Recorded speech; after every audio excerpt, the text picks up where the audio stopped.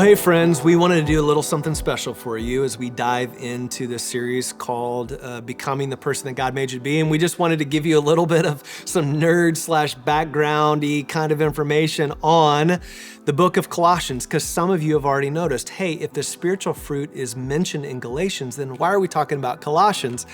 But it's in Colossians that over the next 8 episodes, we're just gonna say, okay, Colossians is the place where this pastor named Paul gets to speak to a group of people that he's never met and said, hey, listen, I see what you're going through, and we'll talk about that. Let me help you really walk in the fruits of the Spirit that you are made for. And so that's why we're there. Colossians is written to a city called Colossae. They had 2 other cities real close. It was kind of like a tri-state area. They were all friends. One was called Hierapolis. Hierapolis was literally across the valley. I've been there. You could stand here and just point to it. It's like that. That's how close they are.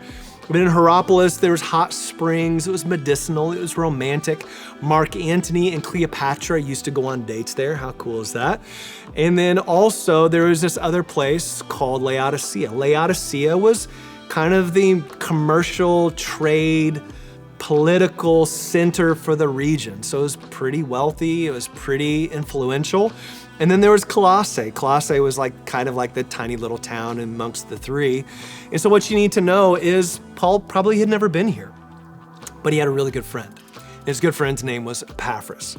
Epaphras is most likely the guy that planted all 3 churches. He was likely from Colossae and probably took the gospel there first. We don't really know, but he just told them about the gospel. And then Hierapolis and Laodicea, all these believers came from the faithfulness of this one guy named Epaphras.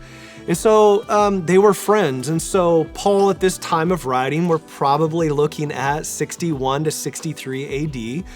Paul is writing to a group of people, and the reason he's writing is because his good friend Epaphras had come in town. And Epaphras came to visit him while he was in prison and just started saying, hey, Paul, I need to catch you up on the church. You're never gonna believe. It's beautiful, it's powerful. There's so much love in the church, it's great. And Paul's like, oh, I love it. I love hearing about that. You hear that in his letter. But then you can tell that Epaphras says, but guess what, Paul? As you would guess, there's also some challenges. So what were the challenges? Well, Paul addresses them. Number 1, like most places, people figured out the gospel, heard the gospel news, wanted to follow Jesus, and then really struggled with just not going back to their old life. I don't know if you've ever struggled with that before or seen that. But then there were a couple of unique things in Colossians that they struggled with. One was that they struggled with this thing called syncretism. Syncretism is basically they had paganism. They had a bunch of Jews in town. Between the tri-state area, they had roughly about 11,000 Jews. So there's a lot of Jews there, but there are also a lot of pagans. And so this church was trying to mix it all up, right? They were like, okay, we got a little Jesus. Could we just add a little paganism? Could we add a little Judaism? And it just started getting really weird. And I don't know if you've met somebody in your life that's like, man, I love Jesus. What's your horoscope sign again? And you're like, whoa, whoa, whoa. It's like they just started mixing things. You're like, I don't think that goes. And he says, yeah, they're getting kind of mixed up. The other thing was there's this group of Jews. And because there were that many Jews, they were saying, okay, we love your Jesus, but we still have to, do circumcision. We still have to do food regulations. He just wanted to make sure that everybody was keeping the rules. And then there was this kind of bizarre one that I don't know where it came from. We don't really know, where they had started getting into this thing called angel worship, which was kind of the way Paul talks about it. Is it was like they were hearing Jesus' teachings, but they didn't really understand who Jesus was. They didn't understand that he was king, that he was Messiah. They thought he was just another messenger.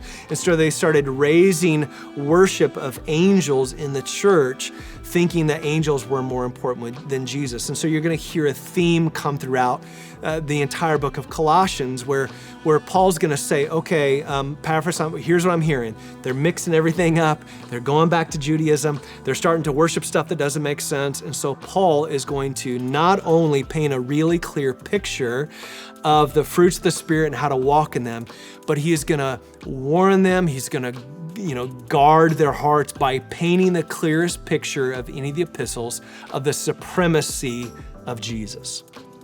He's gonna say, listen, you need to know he's the beloved son. He's all sufficient. He's preeminent. The clearest picture of who Jesus is, that he is the image of the invisible God, that all the fullness of the deity of God is inside of him. He is going to do his best. He said, here's the answer. We are going to so raise Christ that people are gonna have a real problem doing anything but pursuing and following the real, sufficient, all-powerful Jesus. Probably the best verse in all of Colossians really is Colossians 2:9. For in him, talking about Jesus, dwells all the fullness of the Godhead bodily, and you are complete in him, who is the head of all principality and power. He says this, Paul says, we are going to address this by painting the clearest picture of Jesus you can possibly have. So there it is. Just wanted you to know that's Colossians. If you want to study, man, I would encourage you to do the study, dive in, but we're going to have a great time walking through the spiritual fruit and how to walk in them, and it's going to be a ride.